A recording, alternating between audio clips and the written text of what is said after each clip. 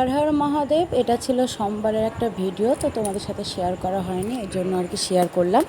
তো শ্রাবণ মাস মানে মহাদেবের মাস, বাবার মাস। মহাদেব কিন্তু এই মাসে খুব প্রসন্ন হয় যদি তার ভক্তবৃন্দ তার জন্য উপবাস করে বা তার জন্য মাথায় জল ঢালে। মহাদেবের জন্ম মাস, আর দেবী পার্বতী কিন্তু মহাদেবের জন্য এই এতে মানে তপস্যা করেছিলেন মহাদেবকে পাওয়ার জন্য। এই জন্য দেখো আমি সবুজ চুড়ি কিন্তু পরেছিলাম। ওই জন্য মহাদেবের অভিষেক শেষ করে আমি আমার উপবাসের খাবার রেডি করতে চলে এসেছি। তো আমি তো কোনো অন্ন বা তোমার পঞ্চশস্য খাই নাই, সাবুর পায়েস যেভাবে একাদশী করা হয় ওইভাবে খেয়েছি। আর হাতে সবুজ চুড়িটা কেমন লাগছে অবশ্যই কমেন্টে জানিও। তো দুপুরে তো সাবুর পায়েস খাওয়ার পরে এখন সারাটা দিন ওইভাবে চলে গেছে, কোনো কিছু খাওয়া হয়নি।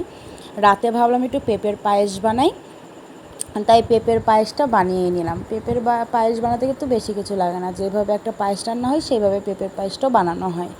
দুধ, কিশমিশ, কাজু, তোমরা পারলে তেজপাতা সবই এলাচ দিয়ে নিয়ে জাল দিয়ে পেঁপেটা দিয়ে দিতে হবে। আর পেঁপেটা অবশ্যই ঘি দিয়ে লাল করে ভেজে নিতে হবে। পেঁপের পায়েসটা খেতে যা দুর্দান্ত হয়েছিল তোমাদের কি করে বলবো।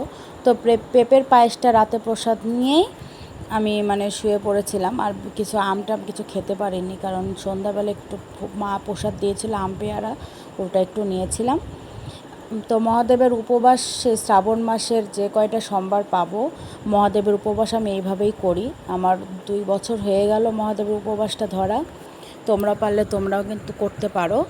তো দেখো এটা এখন খাওয়া দাওয়ার পর পরের দিন পারণে চলে আসলাম। একসাথেই পারণ, দ্বাদশীর পারণ আর মহাদেবের উপবাসের পারণ। দ্বাদশীর ভোগে কী কী দিয়ে দিয়েছি, চিরাভোগ আর আম। তো এই যে ভোগ দেওয়ার পরে আমিও কিন্তু পারণের মন্ত্র বলে তারপর ভোগ নিয়ে নিয়েছিলাম। আর বাচ্চাদেরকে একটু সকালবেলা পারণ করাবো আর গোমাতাকেও যেহেতু খাওয়াবো, এই জন্য সকালবেলা দেখো খিচুড়ি বানিয়ে নিচ্ছি।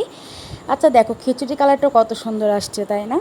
তোমাদেরকে কিন্তু একটু ছোট ভিডিওই দেওয়া হচ্ছে, তোমরা কিছু মনে করো না। কালকে অমাবস্যা, কালকে কিন্তু ভিডিও আসছে ভালো, তোমরা অপেক্ষায় থেকো। খিচুড়িটা খেতে কিন্তু খুব ভালো হয়েছিল, আর আমার গোমাতাকে আমি খাইয়ে আসছি, তাতেও আমার খুব শান্তি লেগেছে, ভালো লেগেছে।